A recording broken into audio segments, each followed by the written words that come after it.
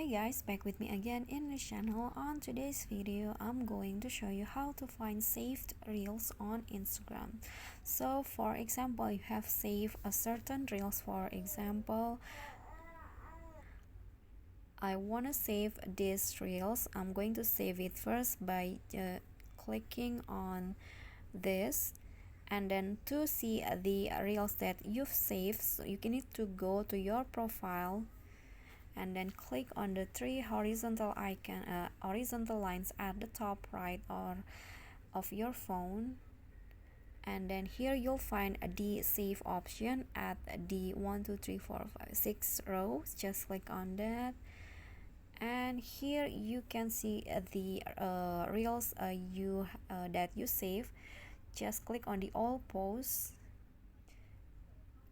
Okay, so the reels that you just save just will appear at the top just like this.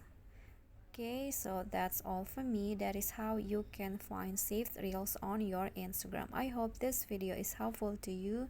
Don't forget to click like, leave a comment, and also subscribe our channel. See you on the next tutorial. Bye bye.